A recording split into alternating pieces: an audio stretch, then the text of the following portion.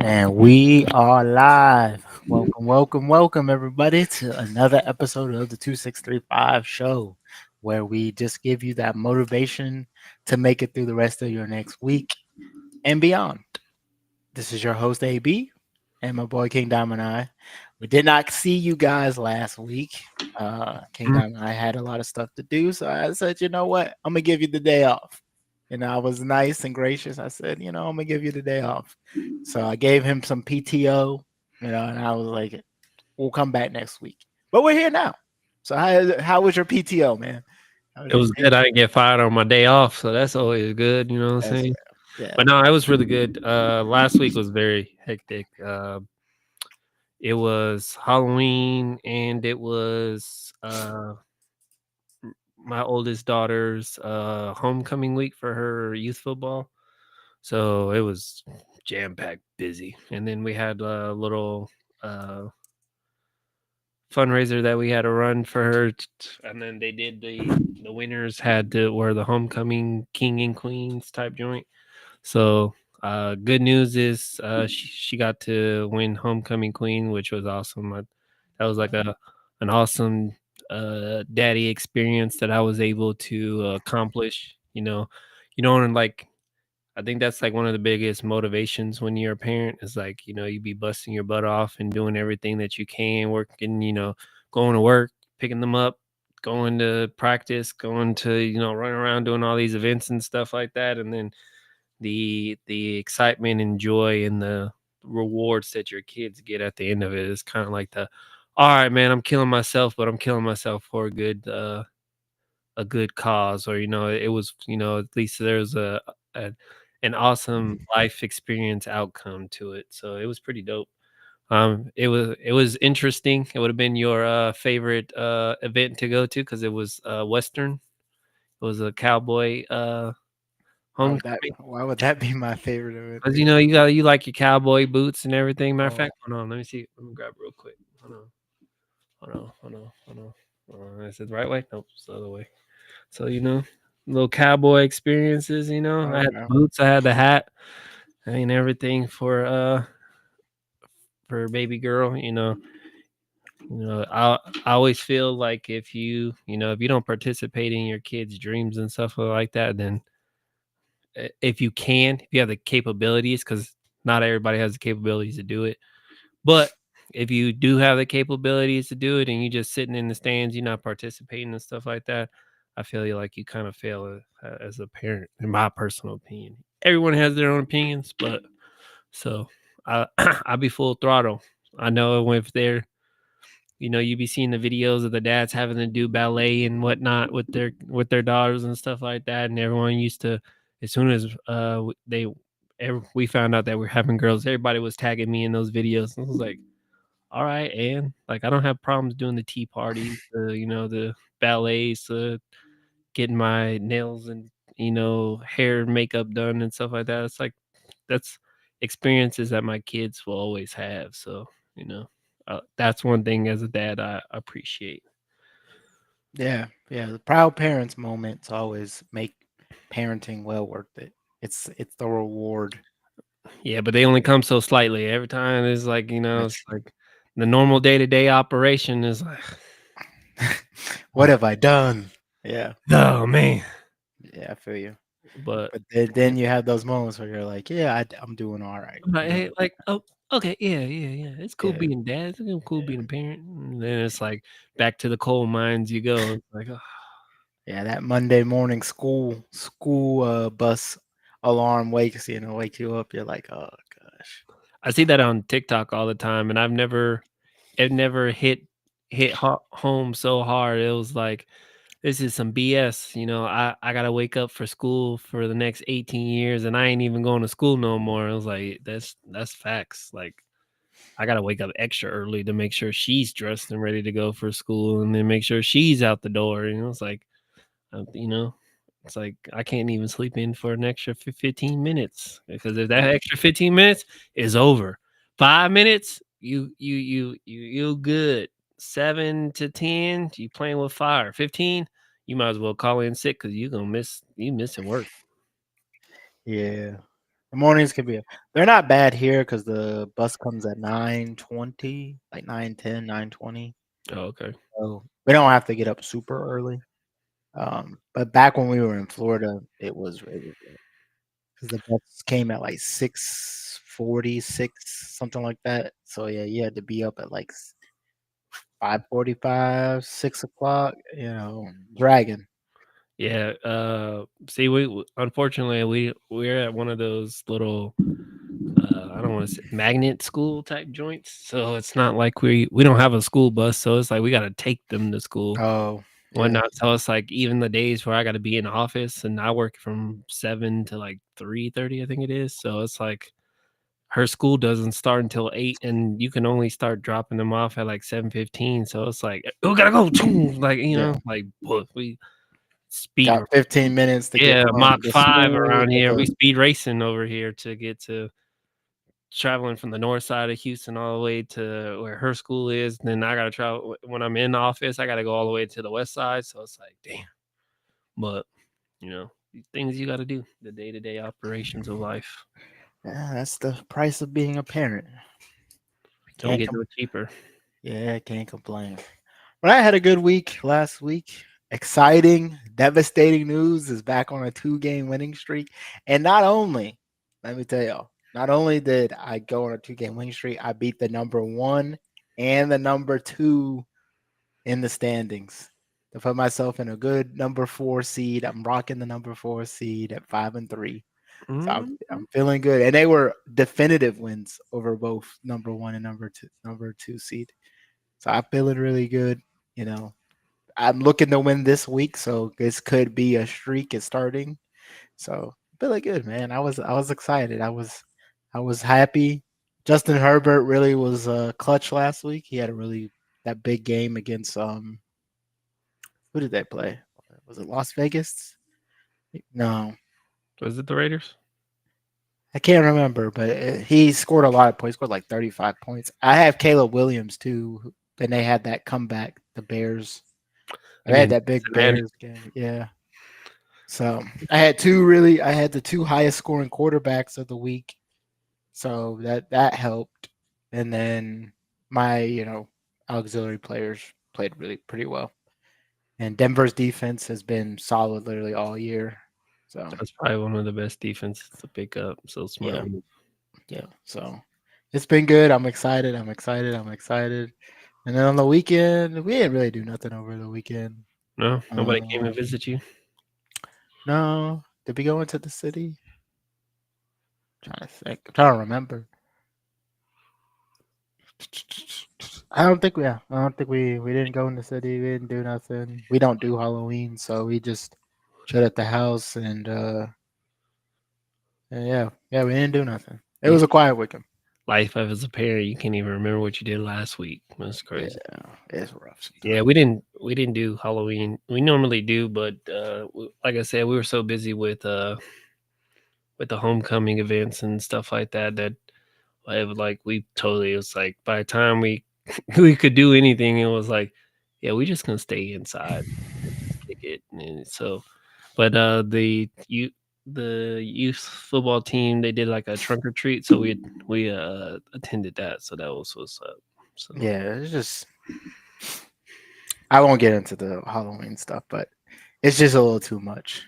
Too much candy, too much of a lot of stuff. So we just don't mess with it at all. But yeah, yeah, so no, we didn't have nothing of importance that happened. So I was happy in my two wins. The Steelers won, beat the Colts. Couldn't believe it. Thought we were gonna lose that game. yeah, I thought that was gonna be a belt of cheeks I whooping did for too. you I guys, did and too. then I looked at the score and I was like, the heck We happened? put the belt. Yeah, we put the belt on them.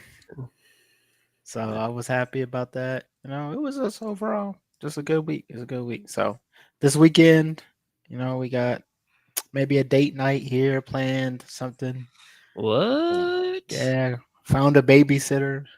So uh, Oh, that poor babysitter. no, Dakota no, no, no. Dakota gonna be running them around the house. No, we make it easy for when we do the babysitters. We usually pin it around the bedtime. Oh, okay. So they come in, she's already either in the bed or asleep. Then we go, then we come back. So really all the babysitter gotta do is chill. Okay. Well, see, We do the you're a smart way. lot smarter than me because our kids would be like, "Oh, you're doing what?" And it's like you couldn't get it like you couldn't put them to sleep and then like try to sneak out because they'll wake up like zombies and be like, "Where are you?" And like I remember we went out a couple of it's been a hot minute, but we went out a couple of weeks ago, months ago. It was a month or two ago.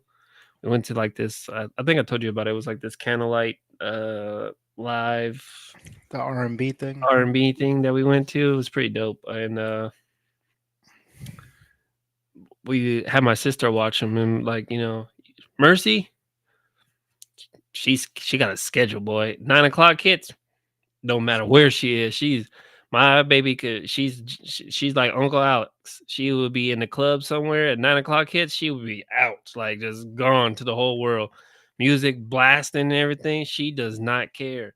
Mars, on the other hand, she's about that life. She was up like nothing happened. She was just like, you guys came home. Oh, okay, all right, well, let's go.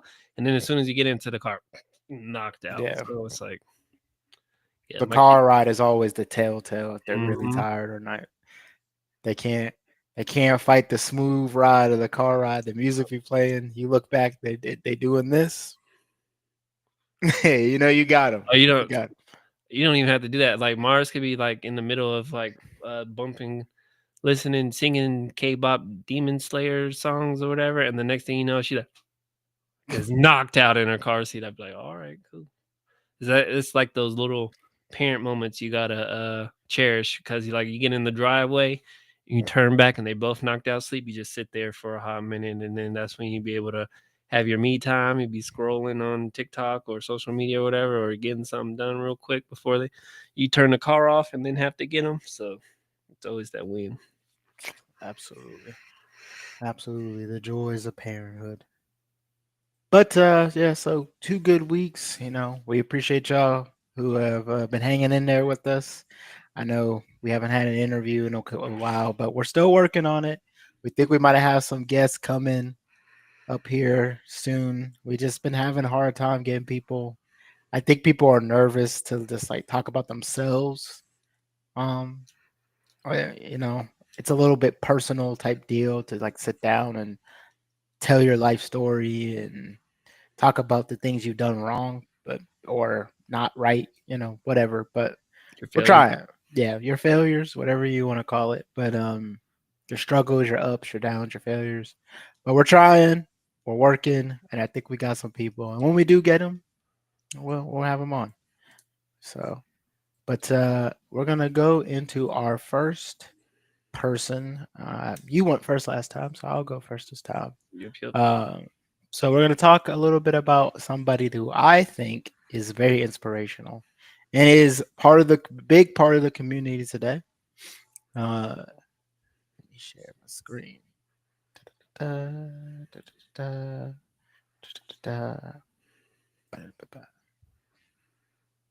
With some Scarface. No. Yes, Scarface. No, this is the creator of Walmart, uh, the Walton family or Bill Walton. Uh, he's the original proprietor of Walmart, but he has a pretty interesting story. I think people, Walmart's got a bad rap now just because uh, it's kind of like a poverty area, where they end up building them a lot of I was like times. Popeyes. Yeah, they're not in the nicest areas, or they create maybe not they put a vacuum into the community, and small businesses suffer and stuff, and you know, it's inevitable. But I think a Walmart does more good than harm for the most part. There's a lot of people that use Walmart as every day, for clothes, food, all that stuff, and they're affordable things. Not everybody's making $400,000 a year where they could go to Best Buy and some of these higher end luxury stores. So Tarjay. yeah, some Targets ain't nice. The one I have right by my house is not nice. Let me tell you, it is ghetto in there. But yeah, some of the more expensive stores such as Target. So talk a little bit about Walmart. I'm gonna go. This is a pretty short video. It's on 15 minutes, so I'm gonna play it. But let me know if you can hear the sound, the audio. Nothing. Nothing. Nothing. Hang on. Did I might have didn't hit. Yeah, didn't do shit. Audio. Okay. Now, baby. We added on to There we it. And we started doing strange things like cranking up ice cream machines on the sidewalk on Saturday night, running popcorn on the other end of the sidewalk, hawking anything we could hawk on that looked like it might have a chance to sell wherever. $572 billion. That's how much revenue Walmart generated in 2021. With over 2 million people working for the company, it is the largest employer in the world and the biggest retailer in terms of sales. But building such an empire was no easy feat. It all started when a poor farmer, who after being told he had no career in the retail business, decided to open his own store.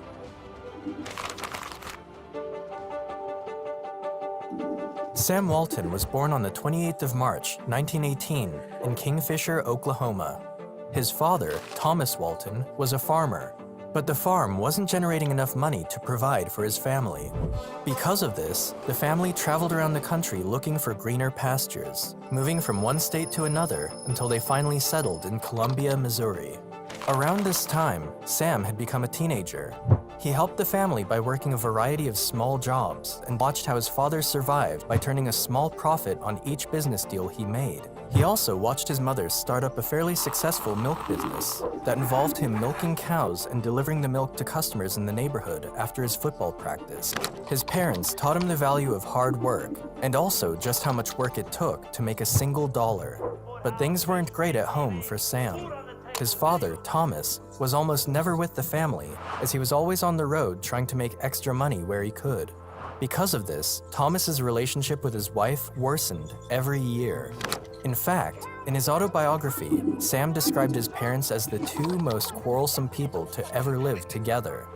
To escape the troubles at home, Sam engaged himself in sports, joined the Boy Scouts, and took several leadership roles that kept him busy. Sam graduated from David H. Hickman High School in 1935 and decided to attend the University of Missouri to take his first steps into the business world. While in school, he worked many odd jobs to support himself, including delivering newspapers and waiting tables in exchange for meals. Upon his graduation in the spring of 1940, Sam would get his first taste of the retail industry. He got himself a job as a sales trainee at JCPenney, which back then was just a small shop in Des Moines, Iowa. His starting pay was $75 a week, but this job did not go smoothly for Sam, and he was seen as one of JCPenney's worst employees. One thing counting against him was that his bookkeeping was terrible because he hated making his customers wait while he fussed with paperwork. As a matter of fact, Sam's boss threatened to fire him at one point, and even told him that he had no career in the retail business. The only thing that saved Walton was his gift for salesmanship, which earned him an extra $25 a month in sales commissions. When the Second World War reached America in 1941, Walton was eager to play a role in it. He quit his job the following year and joined the U.S. Army. Real quick, this wasn't even 100 years ago yet, and wages have 10x. I mean, they were making $75 a week, $25 extra a month on sales. So you're only making what? 75, 400. like $400 a month. Now, if you was, you gotta make 4,000. I mean, 10x, $4,000 a month in 100 years, a little under 100 years, 10x. That's absolutely insane. Yeah, but the cost of living and everything probably to what it is now. Yeah, exactly. I mean, I'm sure a mortgage was like, $200 a month or something, $50 a month. But I'm just saying the proportion, just look at the proportions. It's just crazy how things went from 0 to 100. Now we're looking, New York, you could have a mortgage of 10,000. Easy. That was a whole year's salary to them. Just like 80 years ago. Crazy. The Army recognized Sam's natural leadership skills and selected him to become a member of the military's intelligence corps, where he rose to the position of captain. The military stationed Sam in Oklahoma in April of 1942, where he met his future wife, Helen, and after a short period of dating, they got married on Valentine's Day in 1943.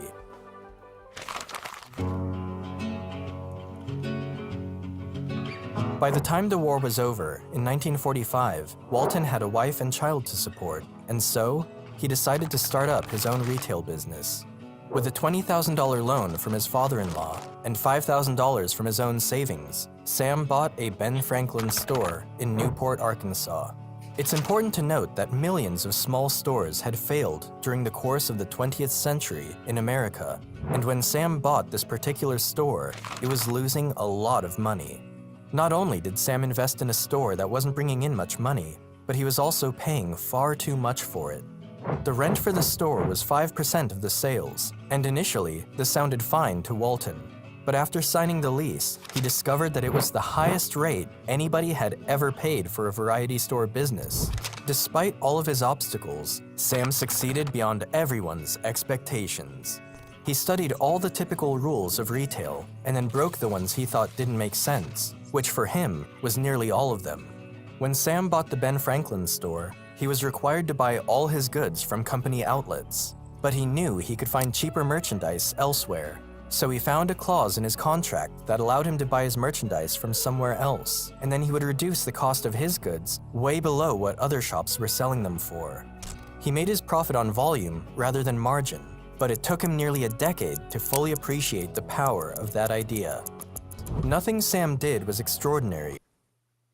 This is I'm assuming this is also where a lot of these other budget stores get that idea from, such as Aldi's and things like that. They have similar marketing strategies. They sell different goods at much lower prices and get more equity over time money versus quick returns. It's a smart business tactic. Copycat. Yeah, absolutely. Neither was he a genius. And while there's no question that he was business smart, the real reason for his success was his main policy: to make the lives of his customers easier. And because he did that, more and more people bought from him. Once things were going great for Sam and his business, he asked his brother Bud to join him, and together, they were able to run the store more smoothly. The Butler brothers, who owned the store Sam had leased, were not happy with the fact that the Waltons were getting their merchandise elsewhere, but they couldn't say much about it because the numbers Sam was generating were unmatched anywhere. His sales had increased by more than 45%, reaching $105,000 in his first full year of ownership. The following year, the number increased again to $140,000, and by the third year, his sales increased by another 25%, reaching $175,000. After only 3 years in the business, Sam was able to repay the $20,000 loan his father-in-law gave him in full. And 2 years later, Sam had become the leading variety store owner in Arkansas, and likely in the neighboring states as well. But the truth is, it wouldn't matter anyway, because the business was destined to fail.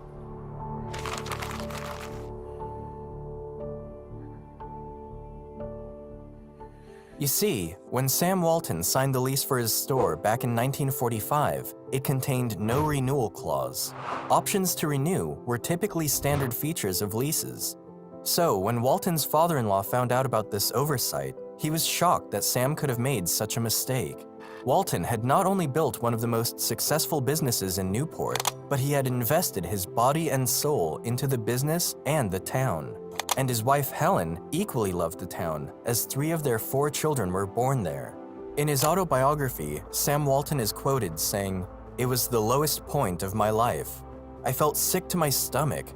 I had built the best variety store in the whole region and worked hard in the community, done everything right, and now I was being kicked out of town." After being kicked out of his own store, Sam Walton was eager to start again. But this time, he was determined to do it the right way and better than ever. He began to search for a new destination to buy another store until he found one in the tiny community of Bentonville, Arkansas.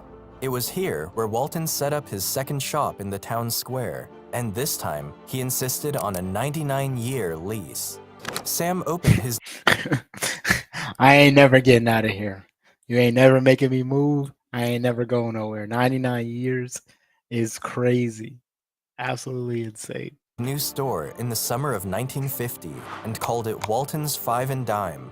The Walton family often heard people whisper amongst themselves, saying, "Well, we'll give this guy 60 days, maybe 90. He won't last that long." But Sam would prove them wrong.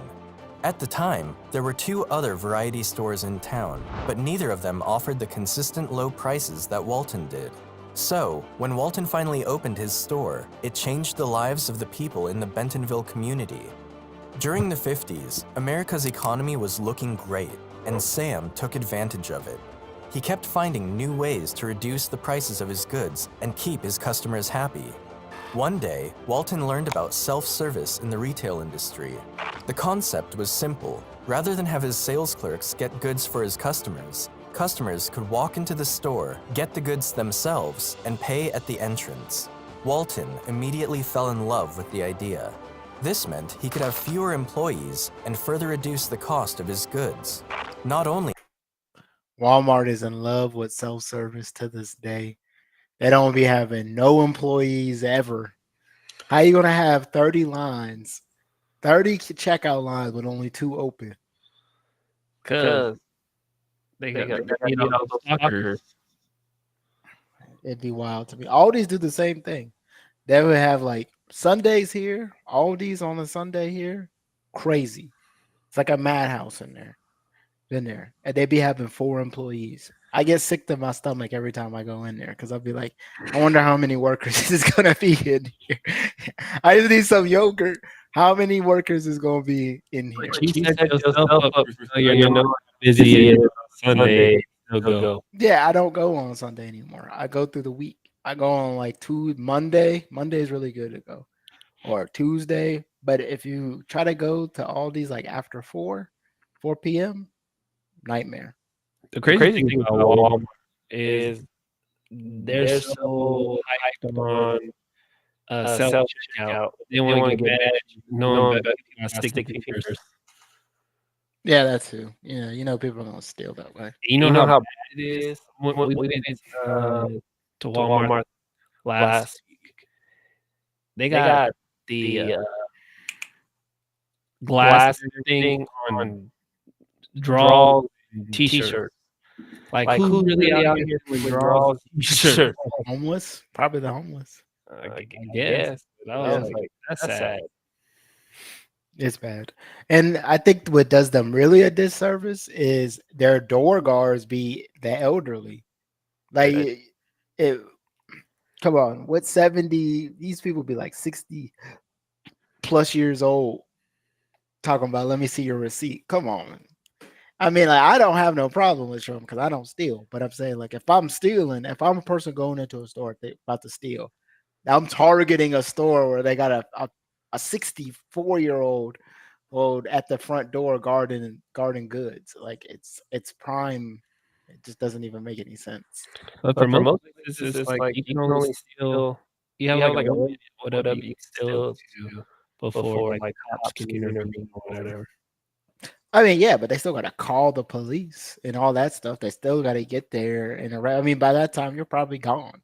Oh, yeah. I mean, like, it just depends. Like, sometimes they catch the people before they like even are about to check out or anything.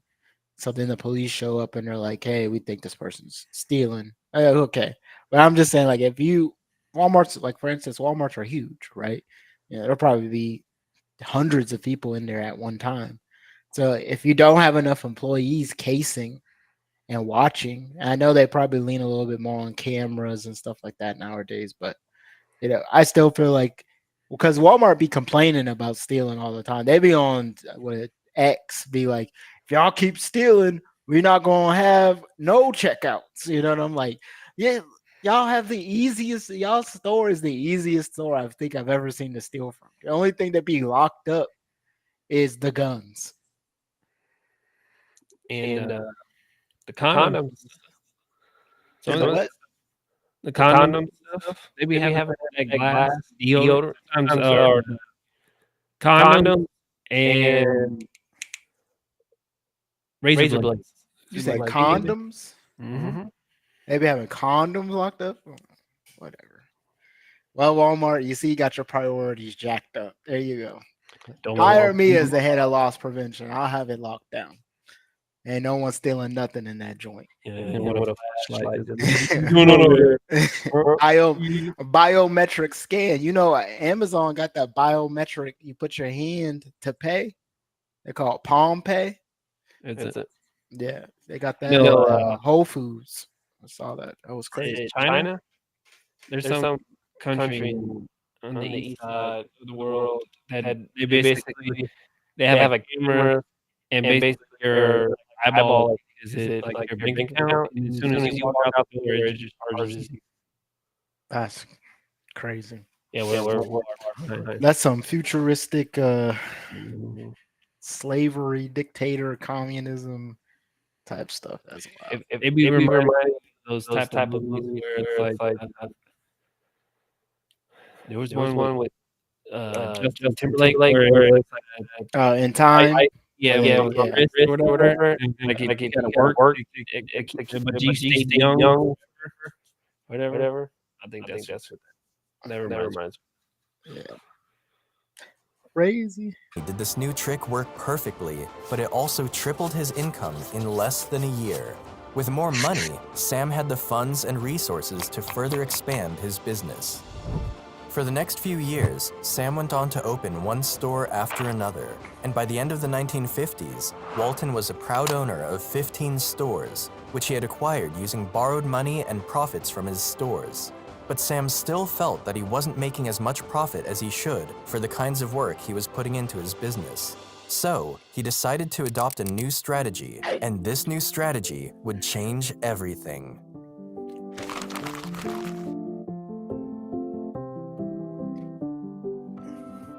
We exist to provide value to our customers, which means that in addition to quality and service, we have to save them money.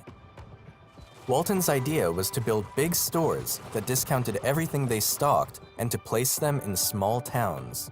By dramatically slashing his prices, he would undercut his competitors and make up the difference in price through a higher volume of sales. This idea was already being practiced across the country, but the difference was that the discount stores tended to be small and were located in the cities, and most of them only offered discounts for specific items, not their entire stock. It was risky, and he needed a lot of money to make it work. Sam initially approached the company that franchised Ben Franklin's stores with his idea, but they refused to back him, especially because his idea meant that they would have to cut their standard wholesale margin in half to accommodate the low prices he wanted to charge. With nowhere else to go, Walton decided to take a big gamble. He mortgaged his home, borrowed a whole lot of money, and opened his first Walmart store in Rogers, Arkansas in 1962. Customers were thrilled that they didn't have to travel all the way to the city to get discount prices on goods. They flocked to Walmart stores in droves, and the company's sales rose tremendously.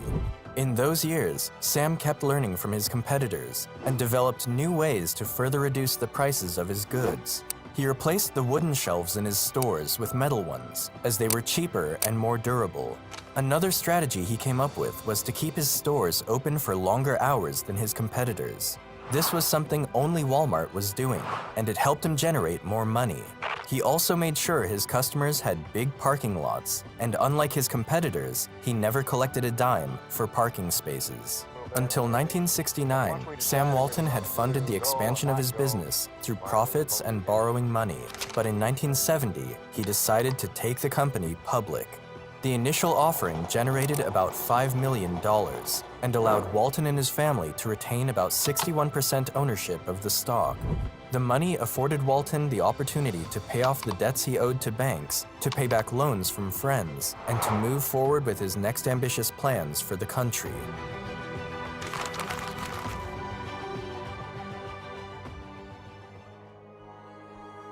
Between 1970 and 1971, Walmart added 6 more stores, followed by another 13 stores in each of the next 2 years, then 14, and then 26. By the end of 1980, Walmart had a total of 276 stores, and from then on, they were opening about 100 stores per year. Sam believed that the rapid growth of Walmart didn't just come down to their low costs that attracted customers, but was also due to the work of his close associates. Sam made his associates partners. You remember when you could go to Walmart and in the video game section, they'd have the console set up? Yep. You would play with looking up in the sky, you play the demos. Hey, those was the days. You used to be so mad when there was a kid that beat you and they was playing it the whole time. Get off the game. Come up. Yeah. Those was good times, man. Those was good days. Walmart was super innovative. Like they really were. And I feel like now everything is reverting back to what was before Walmart, like smaller stores, boutique, because you can buy everything online now, and everything's being delivered to your door.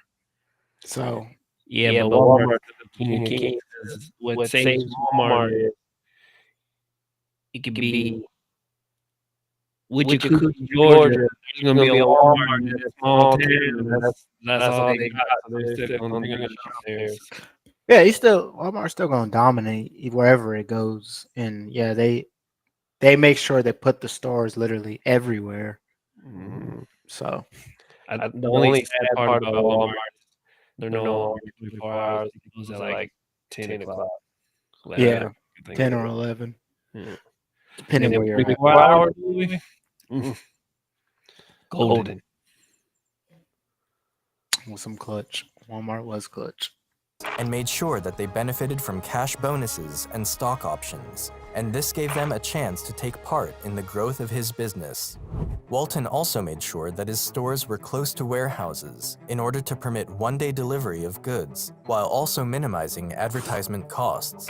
Another innovation was the decision to buy directly from manufacturers rather than through wholesalers, which allowed him to lower his prices even more. By the end of the 1970s, Walton had built his store into the fastest growing and most influential force in the retail industry. Things were going so great for the company that one investor who bought $1,650 worth of Walmart shares in 1970 saw his shares rise over $700,000 by 1987. In 1983, Walton made another terrific business move. He launched the first of his Sam's Wholesale Clubs, which were aimed at small business owners and others who wished to buy goods in bulk.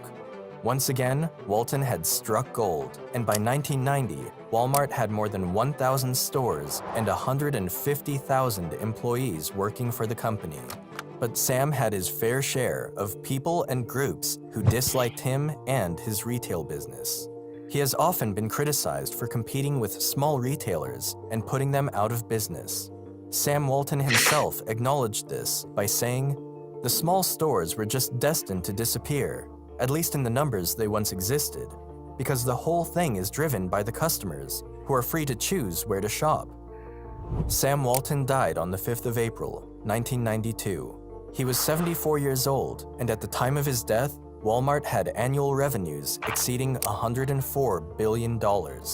Today, Walmart has grown to over 10,500 stores and generates well over $500 billion in revenue per year. That's all for today. Hope you enjoyed the video, and don't forget to like and subscribe. Until then, I'll see you next time. Well, there you go. That was my guy, Sam Walton. Super inspirational story. The rise of Walmart. Literally a national treasure in America. I don't think you can go anywhere and not have a Walmart, not find a Walmart. Um, so, and I think what's really inspiring about his story is like he did everything the untraditional way, literally, from the way he got his store to his ideas of the stores. It was just everything that went against the so-called rules of retail.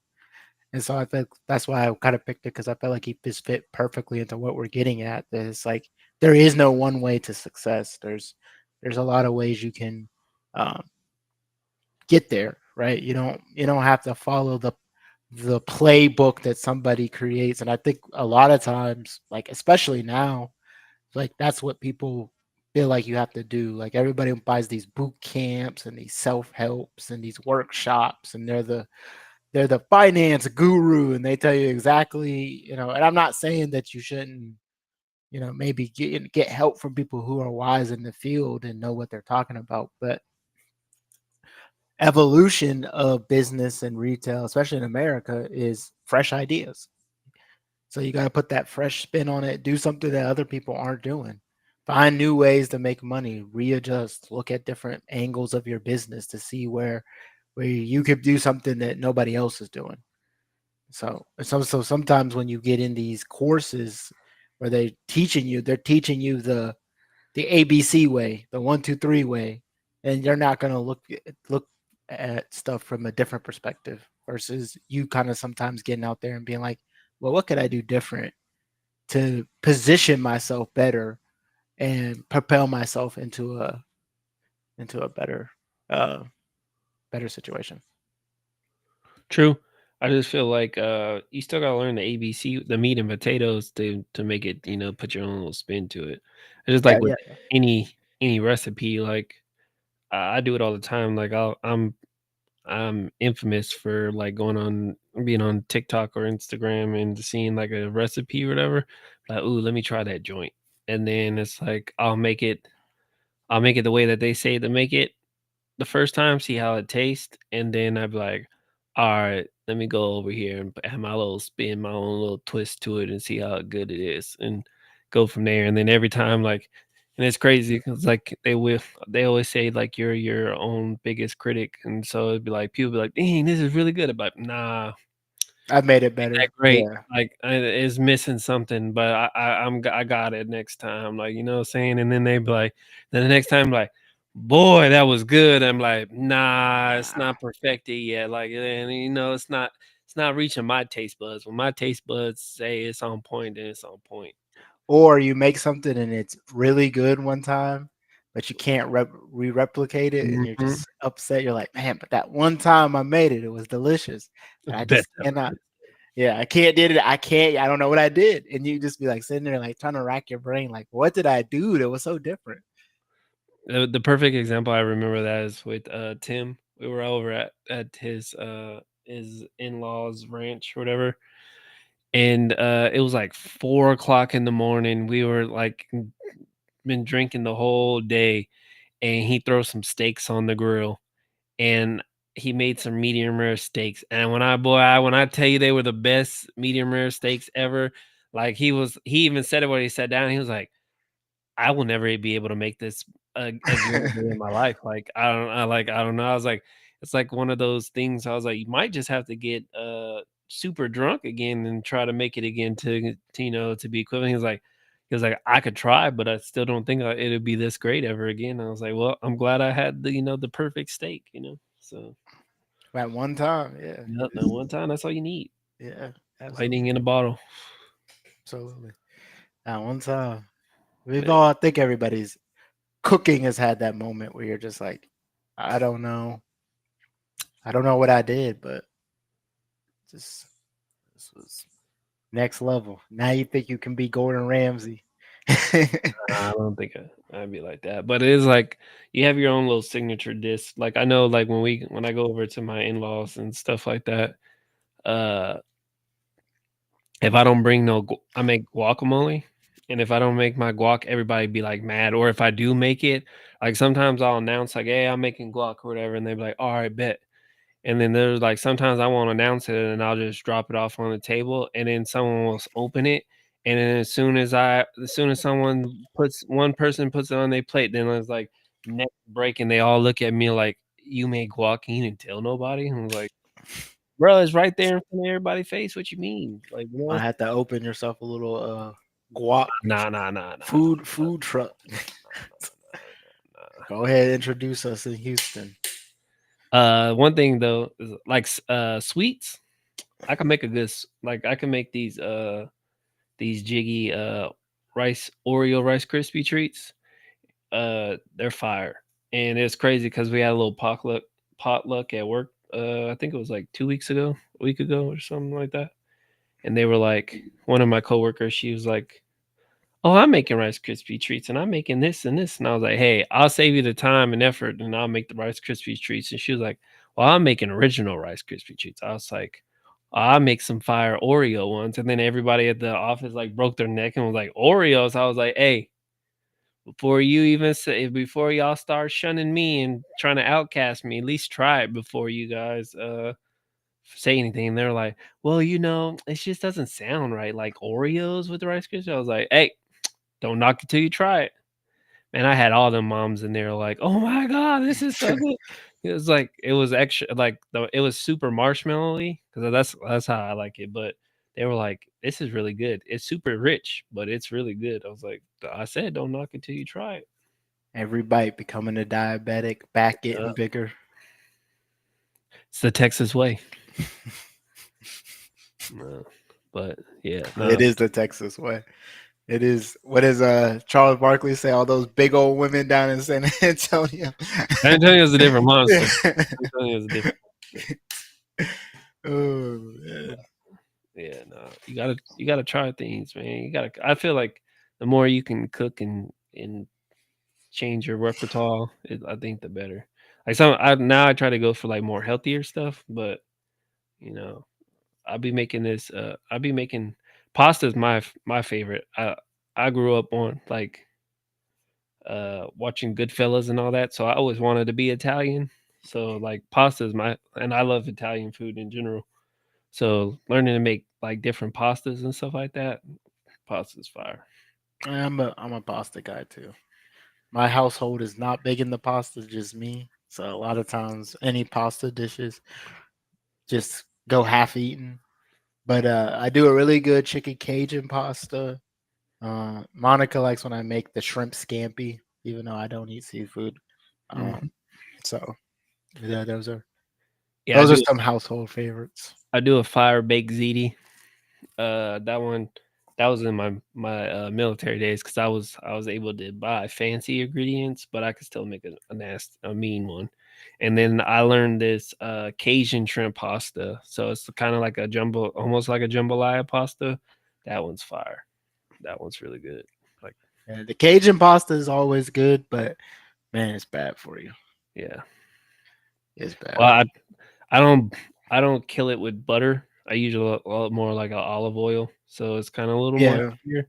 But yeah, I get what you're talking. the butter, the sour cream, Yeah, the I don't know half if it's sour cream, or so not sour cream. I mean, heavy whipping cream or Philadelphia cream cheese. If you want to thicken it up, you could do a little bit, no, no, or you this could do half and half too.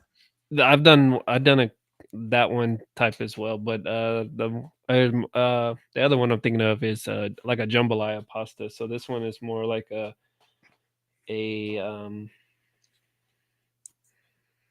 like your sausage, shrimp, sometimes chicken, and then it's like your bell peppers type stuff. So it got a kick to it, but it's also like more like a what's a perfect pasta for it? Like a linguine pasta. Like it's not like Like there's the the super sauce is not skinny, really thick. Yes, like it's angel fine. hair almost. Almost like angel hair type. Mm. So it's Maybe not. maybe one of these days we'll do a cooking live stream where we each just cook something. See, I'll be telling people like, look, it's gonna look like it's a nightmare in the kitchen, but the final product, because that's what I told them too. I was like, "Hey, look," I was like, "Precinct." I was like, "I ain't." I was like, "Y'all got to think about this before y'all sit here and judge." I said, "One, I'm not sexist, but I am a man making baked goods." I said, "So." I said, presentation's not gonna be A1 because I don't, I'm not Martha Stewart. I ain't out here trying to make it look all pretty and stuff. I said, but once you taste it, I was like, that's a different story. That's all that matters, man. Yeah. Oh, So yeah, matters. We went to Fridays the other day. They'll let you go, and they have 50-cent wings on Monday and Thursdays, right? mm, So we went on Thursday, and we got a dessert there. They had this like butter cake with ice cream on top. And I knew they didn't make it there. And it came out looking a little weird, but man, got you it's, right. it was good, man. It was so good. I had the guy come. I was like, "How y'all make this?" And he was like, "Well, we order the cake in and just put it in the oven and then just scoop some ice cream on top." I was like, "I need whatever cake this is. I need that. Give me that." Yeah, I used to work back in the day. I used to work in a steakhouse, and they used to have one of those skillet cookie things with the ice cream on top. Mhm. That boy, I thought it was like a little like frozen in the box. You just throw the cookie in the skillet and They then was whatever. making it. Nah, the chefs in the mornings used to make that joint because they used to make cookies in the morning. That's how I knew because every Sunday morning they'd be like, "Hey, you want some cookies?" And they used to pass them out. I was like, "Fire, boy, Mm. fire!" But let's get this knocked out. Mine is the pioneers of the game. She basically wrote the book of the books, shows, and everything in between. The most iconic African American woman of all time. She's in every poor man's fantasy just because she has a lot of money. My person is Oprah Winfrey. Uh, I feel like her story and the trials and tribulations that she went through is by far extravagant, especially since she's not highly rated as like one of the most beautiful women in the world, but she's very elegant in my personal opinion. Like, if you wanted an elegant African American woman, like I feel like Oprah Winfrey's that type of woman, or she has become that woman. So let me go ahead and share this screen real quick. I'm gonna give you a little backstory, the little Wikipedia, and then there's like a little 15-minute video. So what I didn't know was that she's from your lady's neck of the woods. She was born into poverty in rural Mississippi. And then she moved to Milwaukee. One crazy story that The hood. yeah. One thing I didn't know is she was molested during her childhood and early teenage years and then became pregnant at 14. That's kind of, I didn't know that either. yeah, that's kind of crazy. And then she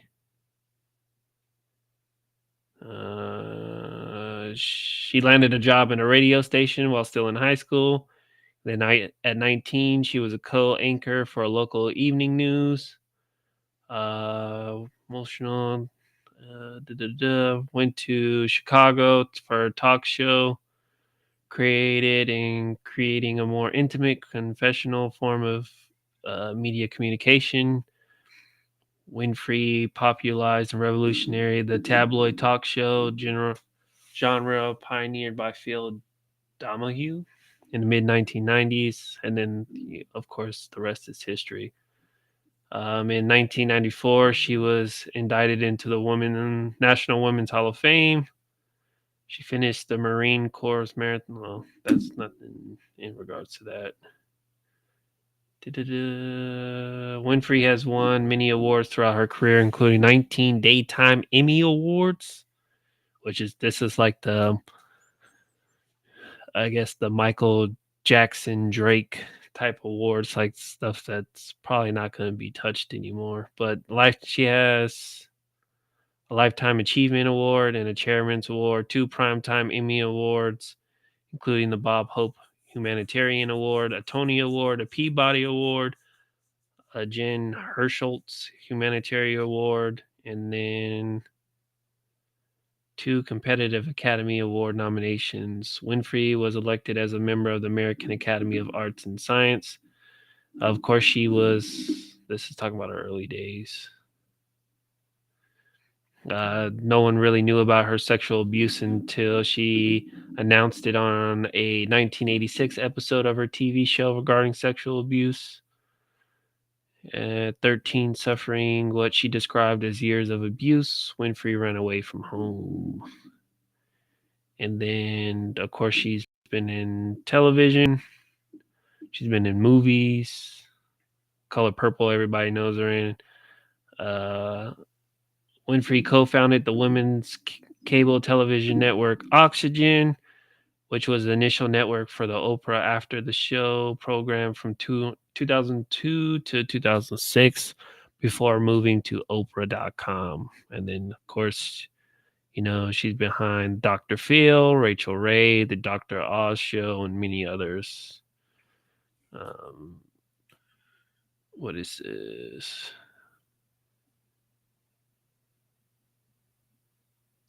And then it's their own network and all that. So, but there's a quick little video, and then we'll get out of here real quick. Yeah, I feel like the only woman Go ahead. that's got a I gotta switch it. record that is similar on the television is Judge Judy. True. Judge Judy is an OG too, and she's developed a lot of further judge shows. I didn't even realize. I was looking her up a couple weeks ago, but I'm not seeing your screen. Oh, there you go. I just wanted to wait till you finished. Can I win? Let's get this. Sorry, I'm not. Money for came down. I had to get some YouTube Premium. Hey man, don't judge. Budget. All right. YouTube Premium reimbursement for all the employees. But all right, we're gonna watch this little 15-minute video and then we outs.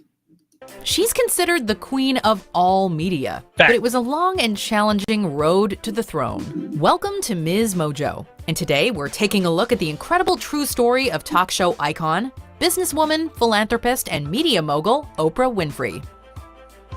Humble beginnings. Oprah Gail Winfrey was born on January 29, 1954, in Kosciuszko, Mississippi. Except technically, her legal name was Orpah, after a figure from the Bible. Unfortunately for young Orpah, people struggled to pronounce her name, often switching the R and P, and so Orpah became Oprah. What do you believe is true for you? What do you believe is possible for you? Many of you have heard me share this story of growing up rural Mississippi, obviously a black girl. At the time we were called colored people. And my grandmother was a maid. That's all she ever knew. The only real expectation she held for me was that I would one day become a maid and, in her words, have some good white folks. Her mother, a housekeeper, was only a teenager at the time of Oprah's birth, and her father wasn't in the picture at the time. Oprah's first years were spent in abject poverty, and we're not just talking about living paycheck to paycheck. I thought about my childhood. Now, I've shared my childhood with lots of people, and as a child, I was raised by my grandmother for the first 6 years, and my grandmother used to whip me often. But I would get beaten, and then I was never allowed to have any emotion about it. Sent to live with her grandmother until the age of 6, she often wore empty potato sacks as dresses. I remember the first night entering into that house and being told that I wouldn't be able to sleep with my mother and I wouldn't be able to sleep inside the house, but there was a little foyer porch before you actually got inside the house. And I was put outside to sleep there. I later realized it's because it was the color of my skin. Despite these hardships and the mockery that poverty brought her from her peers, Oprah's early rural life also planted the seed of one of her greatest passions. Her grandmother taught her to read before the age of 3. At the age of 6, Oprah moved north with her mother to Milwaukee. It was a fundamentally different environment, and her mother's parenting style was a drastic change from that of her strict but encouraging grandmother. She was also briefly sent to live with her father in Nashville, Tennessee. As if ongoing poverty and an unstable family environment wasn't challenging enough, Oprah was also the victim of both psychological and sexual abuse at the hands of extended family members and a family friend. That was my biggest life secret, and I lived in such fear of that secret coming out. It was my great life shame. I thought, oh my God, I'm a national television personality. If that ever came out, my God, people are gonna hate me. They're gonna think this, they're gonna think that. And when that came out by a member of my family who did it to deceive me, it was the greatest relief of my life. And I found out that the people who loved me still loved me. By the age of 13, unable to bear the circumstances of her home life any longer, she ran away from home. And as I sat there thinking, I don't belong in this place for bad girls, because I'm not a bad girl. A woman comes out and says to myself and to my mother, I'm sorry, Miss Lee, but there's not enough room on our docket for your daughter. You'll have to come back in 2 weeks. There isn't enough room for her here. By the age of 14, she'd become pregnant, prematurely giving birth to a son who died shortly afterwards. After I gave birth at 14 years old to a child that I never even knew how this even happened to me at the time, when that child died, my father said to me, this is your second chance.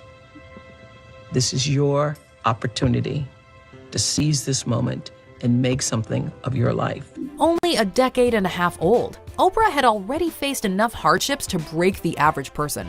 To achieve what she has from such a disadvantaged life of trauma might have seemed impossible, but opportunity was just around the corner. And I took that chance and understood for myself, even though I didn't have the words to articulate it, that now I know better, so I can do better. A star pupil navigating adolescence. When Oprah was enrolled at Lincoln High School in Milwaukee, she quickly distinguished herself with her hard work and obvious intelligence. She was placed in the Upward Bound program and soon received a transfer to a prestigious high school in an affluent neighborhood. Oprah seemed to be on the right track. But here she began to crack under the social pressure and the influence of her privileged peers. But I have always had the deep understanding for myself that if anything was going to move forward in my life, that I was going to have to be responsible for making that happen. She began acting out, and so she was once again sent to live with her father in Nashville, this time for good. Like her maternal grandmother, however, her father proved to be a strict but encouraging guardian. Under his influence, Oprah's natural tendency towards performing well in school took over. She soon found herself on the honor student list, excelling in extracurriculars, and by the time she graduated, she had secured a scholarship using her excellent oratory skills. This is what I know from doing 25 years and thousands of interviews on The Oprah Show. It does not matter where you come from. I have seen people come out of the desert, walk across the desert, being born in the most dire of circumstances. Doesn't matter what your mama did, whether she did or had a PhD or no D.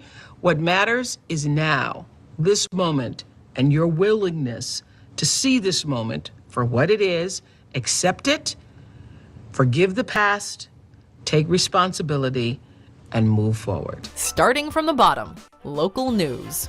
It was during Oprah's final year of high school that she got her first taste of working in media. After winning a beauty pageant, she secured part-time work as a news anchor. She was just 17 at the time, but she would continue to anchor at WVOL as she continued her education at Tennessee State University, where she studied communications.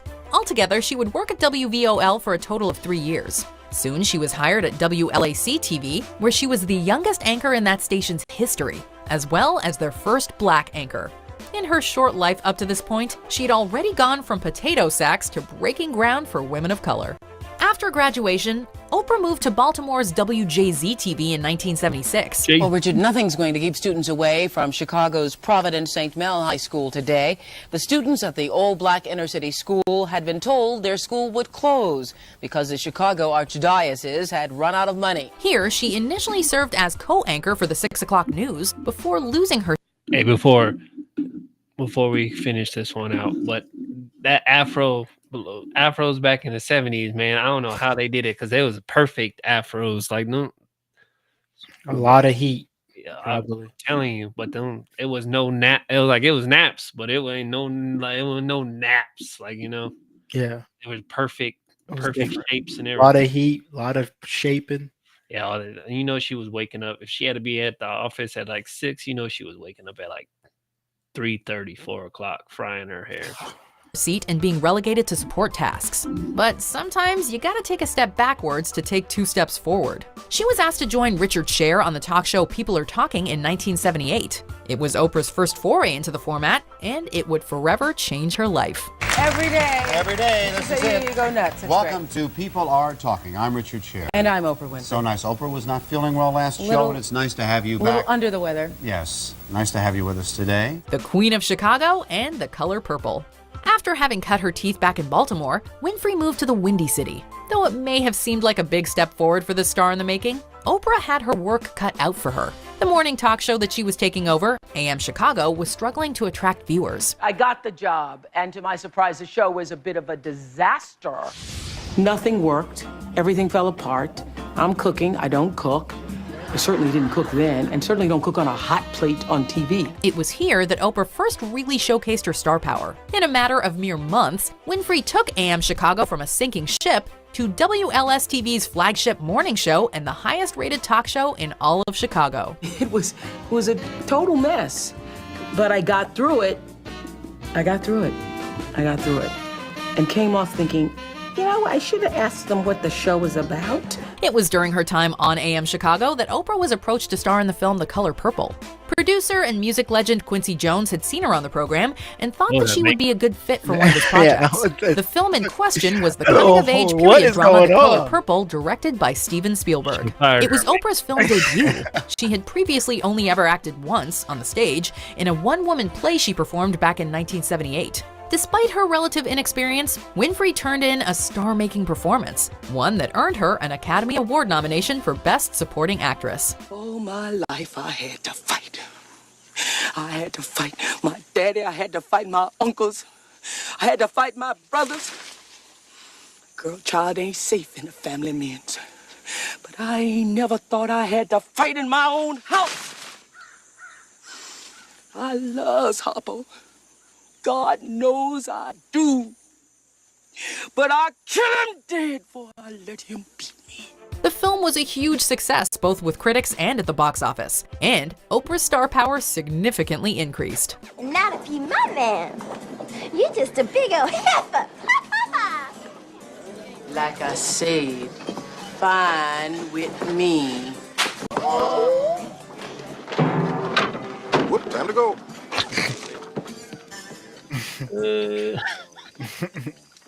You want no smoke. From The Oprah Winfrey Show to an empire. Oprah's first episode hosting AM Chicago aired in January of 1984. Flash forward to September of 1986, and the program had been extended to a full hour. All right, I ain't gonna keep it going for too long because we way past Over time. Yeah, but anyways, gist of the story is don't matter what your beginning, how you begun your life, or your little experiences that you've had so far, doesn't mean that your outcome is gonna can't be bright. And I think that's what a lot of people fail to realize. It's like, yeah, you come from poverty. Yeah, you could have been molested. You could have been sexually abused. You could have, been have mental issues that you never knew of. Like it's crazy because me and my sister were talking about this all the other day. I was like, boy, what if we had like ADHD or something that, like, back in those days, and of course parents weren't uh prominent to mental health stuff and issues like that. And I was like, what if that was like some of the stuff that could have got us, if we would have known back then and how to deal with it, how successful we could have been back then. But it's like, so it's like, no matter what your beginning is, you have the choice and the options to write your ending. So I think that's one thing that, especially, that we try to preach on here all the time, that it doesn't matter where you come from, who you know, or what you say, or what kind of clothes you got on your back currently. With hard work, dedication, and that willpower not to quit, I think she's a prime example of that, especially with all the stuff that she went through, stuff that we didn't even know about Oprah, or we just read about her, or what the little clips showed. So there was one TikTok reel, I think it was Instagram reel, that I saw the other day. It was some dude that spits out Bible verses and stuff like that, and I guess he was on like one of those what are they called, boards that you use a paddle to. It's like a surfboard, but you paddle. What is it called? Kayak? Not a kayak. Not a paddle. Is it paddle board? Long story short, it's basically like it's a surfboard and then people stand on top of it and they use like a row and they that's a paddleboard. Yeah, paddleboard. And basically he was like, I came from this island and I'm trying to go to that island. And basically life stories is like how Jesus had,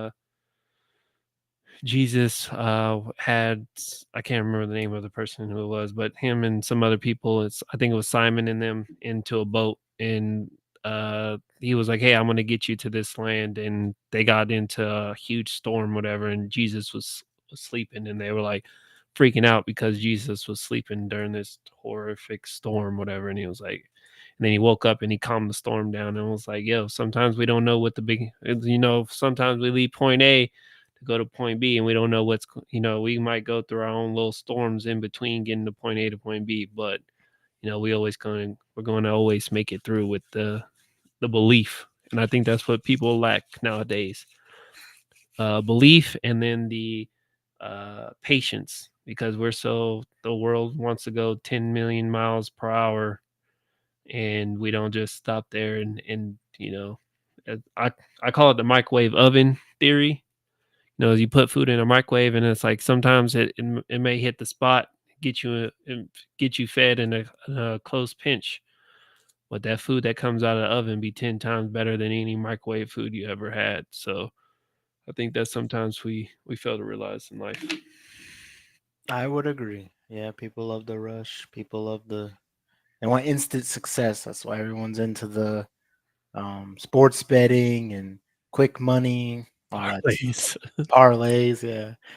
Yeah, it's all quick reward, quick win. The long term way has seemed to be slow, and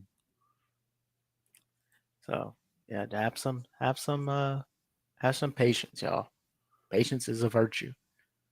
There it is. So we appreciate y'all coming on and joining us. To the people who did, people who are watching later on, we appreciate y'all. If you enjoy this content, please share it out. If you'd like to come on the show and give your own personal testimony, come on. We'd love to have you. You can message us on Instagram, Facebook, TikTok, Twitter, all at 2635 Club. Is our handles on all those pages. We have a Discord as well at 2635 Club. So go ahead and join those. We'd love to have you. Love to hear more. We're trying to create a network of people that can work together and excel and propel each other. And this isn't one of those like it's free now, but it will cost $10,000 mentorship course down the road. Like we just want to Our 10-day program. yeah, we want to just help people legitimately. So come and join. We'd love to have you. Any other the last words you got? Yeah, we in our Oprah, what was it, Rise Chicago or Chicago More AM or whatever it Yeah, was. We in yeah, that page. Chicago AM. Don't worry, we're gonna build the own network or the Club 2635 network one day. It's gonna be booming, and then it is what it is. But the world is going crazy right now. So hey, call your friends, family, and loved ones, and just say, "Hey, how you doing? Are you all right?" Hug as many people as you can because people are taking their lives and doing all types of crazy stuff nowadays. So take a step back while everyone's going 1,000 miles per hour and just take 10 seconds out of your day just to call somebody and say, hey, because you never know what they're going through. And you picking up the phone just to call them and say, hey, may change their lives forever. So as always, positive mindsets make positive outcomes. This is the 2635 Club. You don't got to go home, but you got to get out of here. So deuces.